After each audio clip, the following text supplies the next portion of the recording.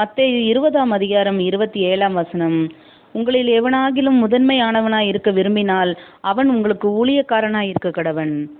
விளக்கம்: புறஜாதியாருள் ராஜாக்கள் ஆளுகை செய்யும் பிரபுக்களாக இருப்பதால் அநேகர் அவர்களுக்கு ஊழியம் செய்ய வேண்டும். ஆனால் கிறிஸ்துவை பின்பற்றுகிறவர்களுக்கு இந்த கொள்கை எதிர்மாறானது. அதாவது, எவன் அதிகமாக மற்றவர்களுக்கு ஊழியம் செய்கிறானோ அவனை கனத்திற்கு உரியவனாயிருப்பான். தேவனுடைய திட்டம் எவ்வளவு அழகாக அருளப்பட்டிருக்கிறது! நேர்மையான சிந்தையுடையவர்கள் உலகத்தின் ஆவியை பெறாமல் அதற்கு மாறாக தேவனுக்கு உண்மையாக ஜீவிக்கவே விரும்புவார்கள். ஊழியம் செய்வதில் கிறிஸ்துவை பின்பற்றுபவர்கள் ஒரு வித்தியாசமான ஜனமாக ஒருவருக்கொருவர் ஊழியம் செய்வதை அதிகமாக விரும்பி அதற்குரிய சமயத்தை ஆவலுடன் எதிர்பார்த்திருப்பார்கள். நம்முடைய இரட்சகர் ஊழியம் கொள்ள வராமல் ஊழியம் செய்யவே வந்தார். ஆதார வசனங்கள்: யோவான் 13:3 முதல் 7 முடிய.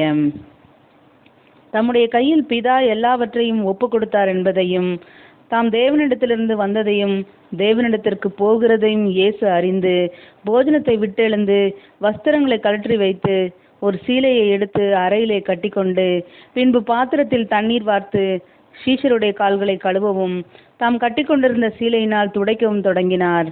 அவர் சீமோன் பேதுருவினிடத்தில் வந்தபோது அவன் அவரை நோக்கி, ஆண்டவரே, நீர் என் கால்களை கழுவலாமா என்றான். இயேசு அவனுக்கு பிரதியுத்தரமாக, நான் செய்கிறது இன்னதென்று இப்பொழுது நீ அறியாய், இனிமேல் அறிவாய் என்றார். 16.